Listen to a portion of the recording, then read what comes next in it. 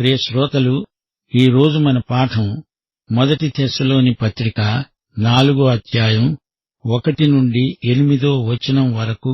సావధానంగా వినండి. సహోదరులారా, మేము ప్రభువైన యేసు ద్వారా మీకిచ్చిన ఆజ్ఞను మీరెరుగుదురు గదా.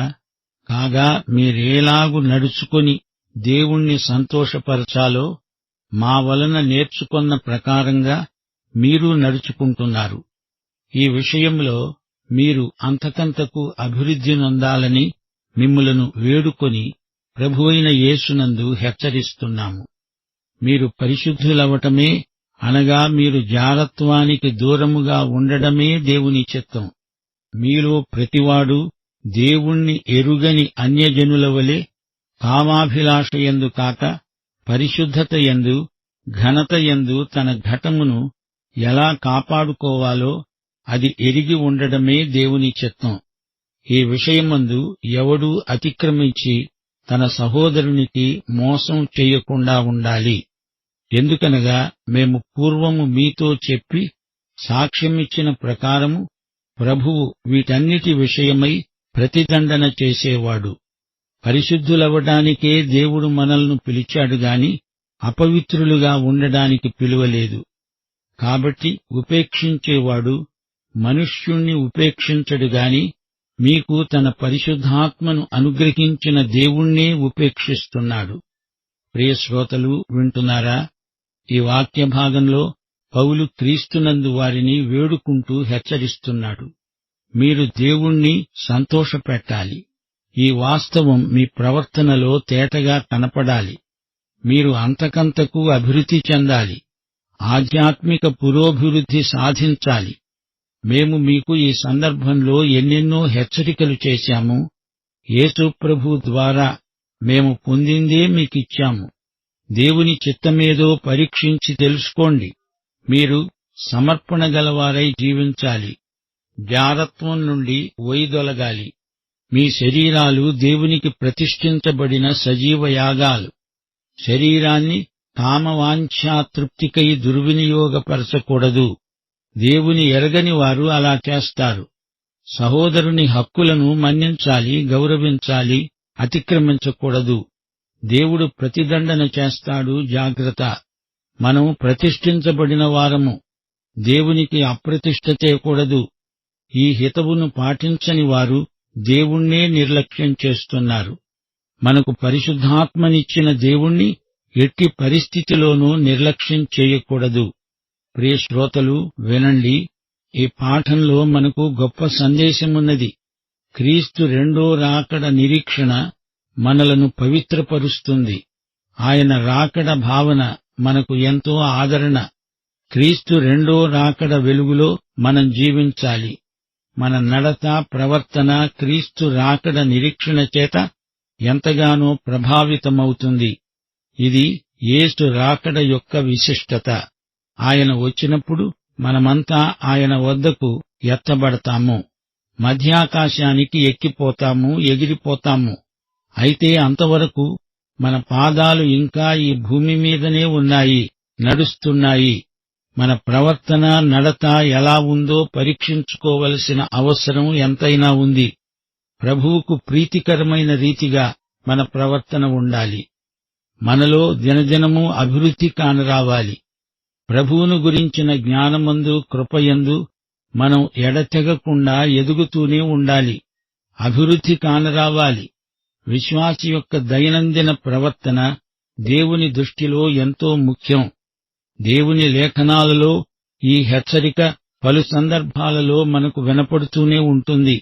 ఈ పాఠంలో కూడా ఇదే హెచ్చరిక, విజ్ఞప్తి చేయబడింది.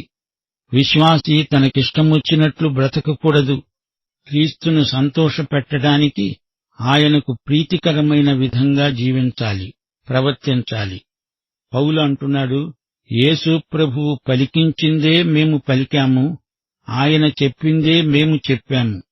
తెస్సలోని సంఘానికి పౌలు కొన్ని ప్రత్యేక హెచ్చరికలు చేశాడు. పౌలు ఆజ్ఞాపించినట్లే ఈ హెచ్చరికలు ధ్వనిస్తాయి. యేసు ప్రభువు తన శిష్యులకు ఆజ్ఞలిచ్చాడు. అవన్నీ కొత్త ఆజ్ఞలే.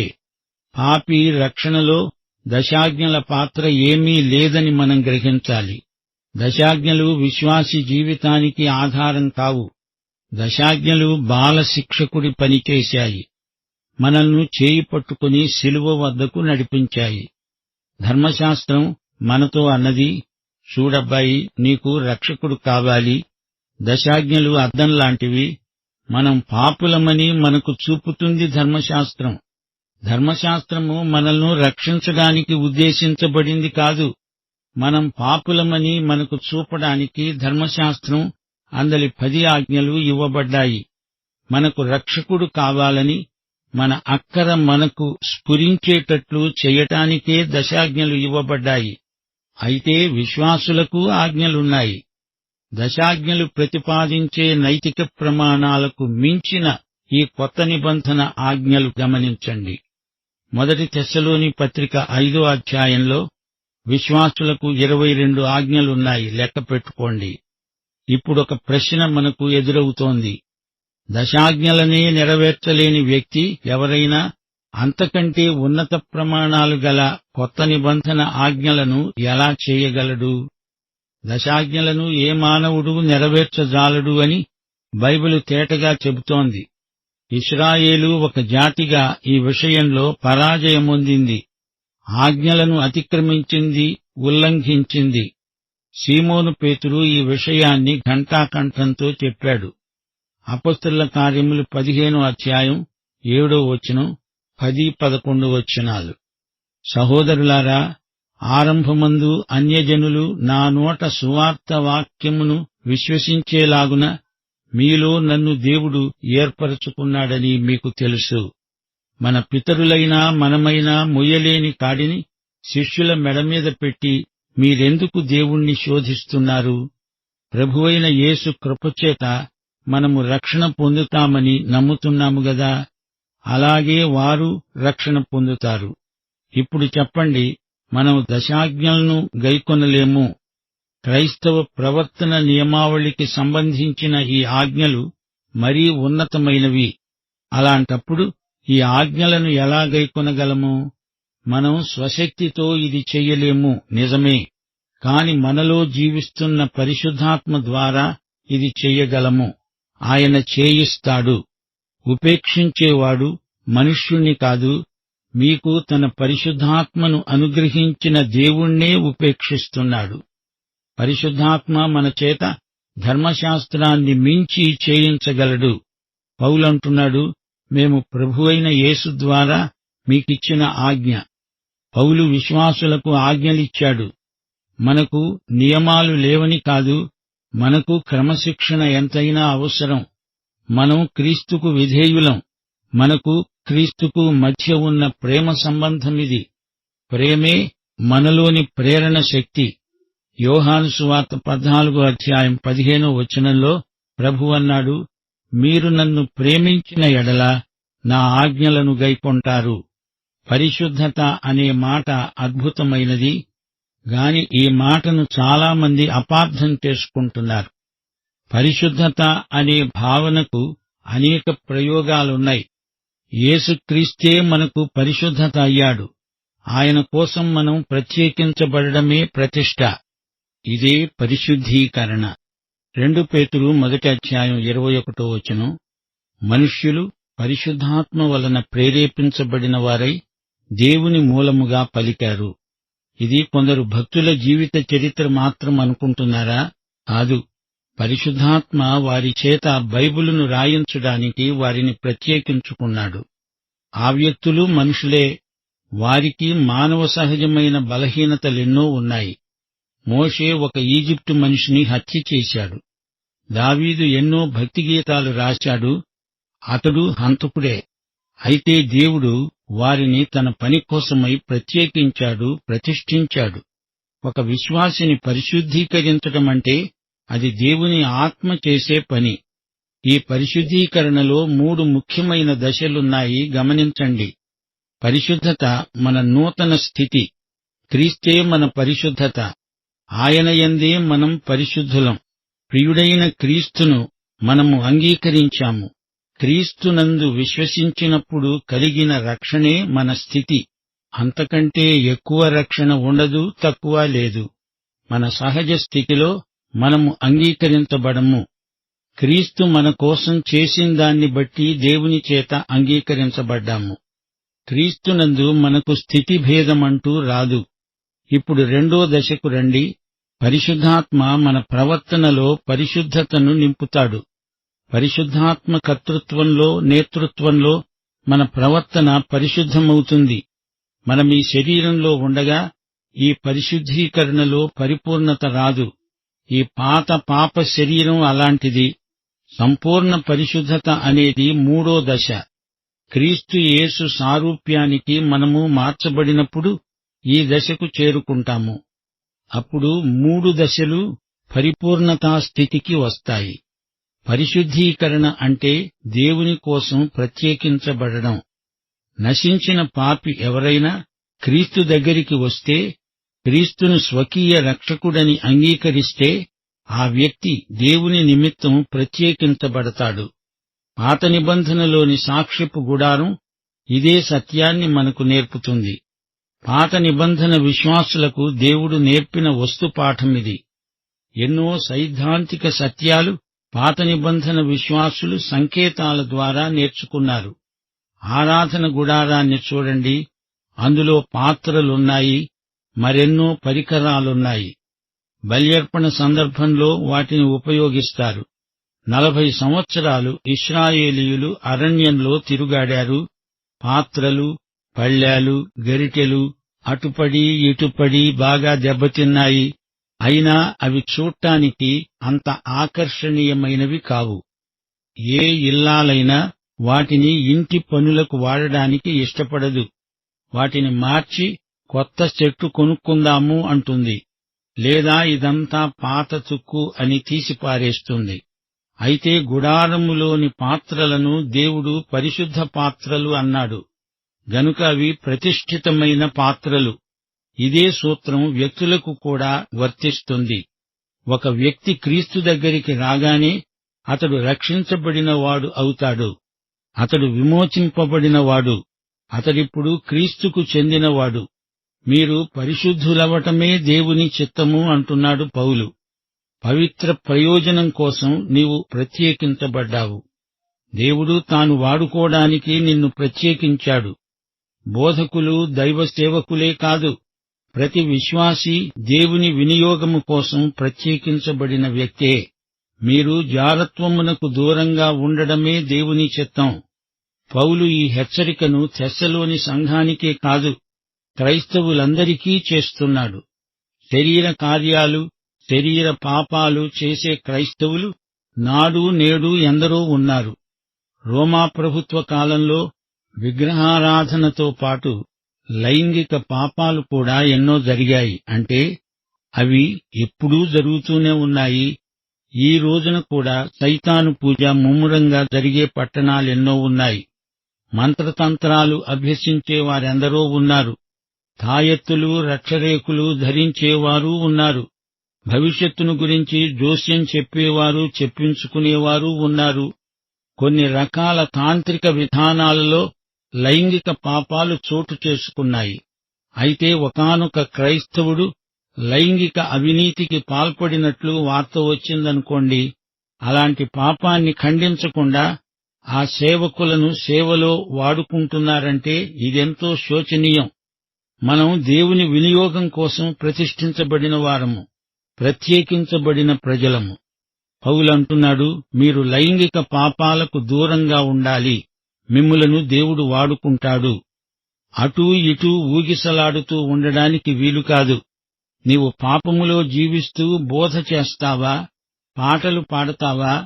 యెహోవా సేవోపకరణములను మోసేవారు పరిశుద్ధులై ఉండాలి. ఏ క్రైస్తవ పరిచర్యలోనైనా పరిశుద్ధ శీలం లేనివారుంటే ఆ సేవ భగ్నమైపోతుంది. ఈ పరిశుద్ధత రావడానికి ఏం చెయ్యాలి? దానికి వ్యాయామము, కసరత్తు ఏమైనా ఉన్నాయా? అలాంటిదేమీ లేదు. క్రీస్తునందుండి పరిశుద్ధతను కొనసాగించుకోవాలి. దేవుడు మనలను శుద్ధి చేశాడు. దేవుడు వాడుకోదగిన పాత్రగా నిన్ను సిద్ధం చేశాడు. థెస్సలోని విశ్వాసులున్నారు, వారి చుట్టూరా అవిశ్వాసులెందరో ఉన్నారు. గ్రీకు మతంలో లైంగికానికి ఎక్కువ ప్రాముఖ్యముంది. కొరింథీలో ఈ సంగతి తేటతెల్లమవుతుంది. ఇవే పోకడలు తెస్సలోనికయలో కూడా కానవస్తాయి. పౌలంటున్నాడు, మన జీవితాలు మనం ప్రకటించే సువార్తను సమర్థించేలా ఉండాలి. విచ్చలవిడిగా బతికితే సువార్తకే అప్రతిష్ఠ తెచ్చిన వారమవుతాము. అలాంటి వారు దేవుని కోసం జీవించరు, దేవుని కోసం సేవ చెయ్యలేరు. దేవుణ్ణి సేవిస్తూ ఎవడైనా పాపంలో జీవించగలడా? దేవునికి ఈ ద్వంద్వ ప్రవృత్తి సుతరాము గిట్టదు. పరిశుద్ధత యందు ఘనత యందు నీ ఘటమును ఎలా కాపాడుకోవాలో నీవు ఎరిగి ఉండాలి. అదే దేవుని చిత్తం. ఈ రోజున ప్రతి చోట అవినీతి మనల్ని ఆవరించి ఉన్నది. అనేక వసతి గృహాలు సొదొమ గొమొర్రాలను తలపింపచేస్తున్నాయి. లైంగిక అత్యాచారాలు ప్రేమ అనే మాటకున్న అసలు అర్థాన్ని చెడగొడుతున్నాయి. యువతీ యువకులు తమ శరీరాలను పరిశుద్ధ వివాహం కోసం భద్రంగా కాపాడుకోవాలి. వివాహాలు పవిత్రంగా ఉండేటట్లు కొనసాగేటట్లు చూడాలి. వధూవరులిద్దరూ దేవుడు వాడుకునేందుకు అర్హమైన పాత్రలై ఉండాలి. భార్యాభర్తలిరువురూ ఒకరికొకరు విశ్వసనీయులై ఉండాలి. అలా ఉంటే నీ శరీరమనే ఘటమును పరిశుద్ధముగా ఘనముగా కాపాడుకున్న వ్యక్తివవుతావు. దేవుని బిడ్డలు ఇదే నియమాన్ని అమలుపరచాలి. సహోదరుణ్ణి ఎట్టి పరిస్థితిలోనూ మోసం చెయ్యకూడదు. సహోదరుని హక్కులను దురాక్రమణ చేయకూడదు. నిజాయితీగా యథార్థంగా ప్రవర్తించాలి. జాగ్రత్త. నేరస్తులకు ప్రభువు ప్రతిదండన చేస్తాడు. దేవుణ్ణి ఎరుగని అన్యజనులను అనుకరించవద్దు. ఈ సంగతి ఇంతకు పూర్వమే సాక్ష్యమిచ్చాము, మీకు చెప్పాము. అక్రమాన్ని కపటాన్ని దేవుడు తప్పక శిక్షిస్తాడు. పరిశుద్ధతే దేవుని యొక్క ప్రత్యేకమైన కోరిక. పరిశుద్ధపరిచే పరిశుద్ధాత్మ మనలో ఉన్నాడు. అపవిత్రతకు కాదు, దేవుడు మనల్ని పరిశుద్ధత కోసమే పిలిచాడు. శ్రోతలు గమనించండి, దేవుని బిడ్డలలో పరిశుద్ధాత్మ నివాసమున్నాడు. ఆయన పరిశుద్ధాత్మ గనుక నీలో పాపముంటే పరిశుద్ధాత్మ నీలో ఉండడు. దేవుని బిడ్డ పరిశుద్ధత కోసమై ఎంతగానో కోరతాడు. పరిశుద్ధాత్మను గురించిన అక్కరను గుర్తించి ఆక్రందన చేస్తాడు. దేవుని కోసం జీవించాలి అంటే పరిశుద్ధాత్మ ద్వారానే అది సాధ్యం. గలతీ పత్రికలో పౌలు స్పష్టం చేశాడు, దేవుని బిడ్డ శరీర పాప కార్యాలలో పాలు పొందకూడదు. జీవితంలో ఆత్మ ఫలాలు సమృద్ధిగా పండాలి. రోమాపత్రిక 8వ అధ్యాయం 3వ వచనంలో పౌలన్నాడు, ధర్మశాస్త్రము దేనిని చేయజాలకపోయిందో దానిని దేవుడు చేశాడు. ధర్మశాస్త్రము చేయకపోయిందా? దానికి శక్తి లేదా? అది ధర్మశాస్త్రము యొక్క లోపము కాదు. దశాజ్ఞలలో ఏ లోపమూ లేదు. సమస్య అంతా మనిషిలోనే ఉన్నది. దశాజ్ఞల ఉన్నత ప్రమాణాన్ని మనిషి అందుకోలేడు, అసాధ్యం. అలాగే కొత్త నిబంధనలోని ఆజ్ఞలను కూడా మనుష్యుడు గైకొనలేడు. విశ్వాసిలో ఉన్న పరిశుద్ధాత్మే చేయించగలడు. దేవుని కోసం జీవించడానికి శక్తినిచ్చేవాడు పరిశుద్ధాత్మే. పరిశుద్ధాత్మ మీ మీదికి వస్తే మీరు శక్తినొందుతారు. భూదిగంతాల వరకు నాకు సాక్షులై ఉంటారు అన్నాడు ప్రభువు. ప్రతి విశ్వాసికి దేవుడు తన పరిశుద్ధాత్మనిస్తాడు. రక్షించబడిన తరువాత పరిశుద్ధాత్మ కోసం అన్వేషించనక్కర్లేదు.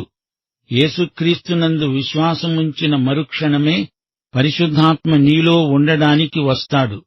అపొస్తలుల కార్యములు 19వ అధ్యాయంలో ఏమి జరిగింది? పౌలు ఎఫెసుకు వచ్చాడు. అక్కడ కొందరు మేము క్రైస్తవులము అంటున్నారు గాని వారిలో పరిశుద్ధాత్మ లేడు అని పౌలు తెలుసుకున్నాడు. రక్షించబడినప్పుడు పరిశుద్ధాత్మను మీరు పొందారా అని వారినడిగాడు. వారన్నారు, ఇలాంటి సంగతులు మేము ఎన్నడూ విని ఉండలేదు. యోహాను బాప్తిస్మమును గురించి మాత్రమే వారికి తెలుసు. అప్పుడు పౌలు వారికి సువార్త ప్రకటించాడు. అప్పుడు వారు రక్షించబడి పరిశుద్ధాత్మను పొందారు. నీవు క్రీస్తు వద్దకు వచ్చి రక్షించబడినప్పుడే పరిశుద్ధాత్మను పొందావు. అది పరిశుద్ధాత్మ బాప్తిస్మం. నీవు క్రీస్తు శరీరంలోకి ప్రవేశించావు, సేవ చేస్తున్నావు. ఆయన శరీరంలో నీవు ఒక అవయవమయ్యావు. ఆ తరువాత ఆత్మ నింపుదల అనేకసార్లు పొందవచ్చు. ఈ విధంగా పరిశుద్ధాత్మ నింపుదల వల్ల పరిశుద్ధ జీవితాన్ని కొనసాగించుకోగలం. ఈ పాఠంలో మనం గుర్తుంచుకోవలసిన సత్యాలు కొన్ని ఉన్నాయి. తెస్సలోని సంఘస్థులలో ఎక్కువ మంది కొత్తగా విశ్వాసులైన వారున్నారు. గత కాలంలో అన్యమతాల ప్రభావం క్రింద ఉన్నారు. లైంగిక సంబంధాలలో పవిత్రతను అందుకే పౌలు ఎక్కువగా నొక్కి చెప్పవలసి వచ్చింది.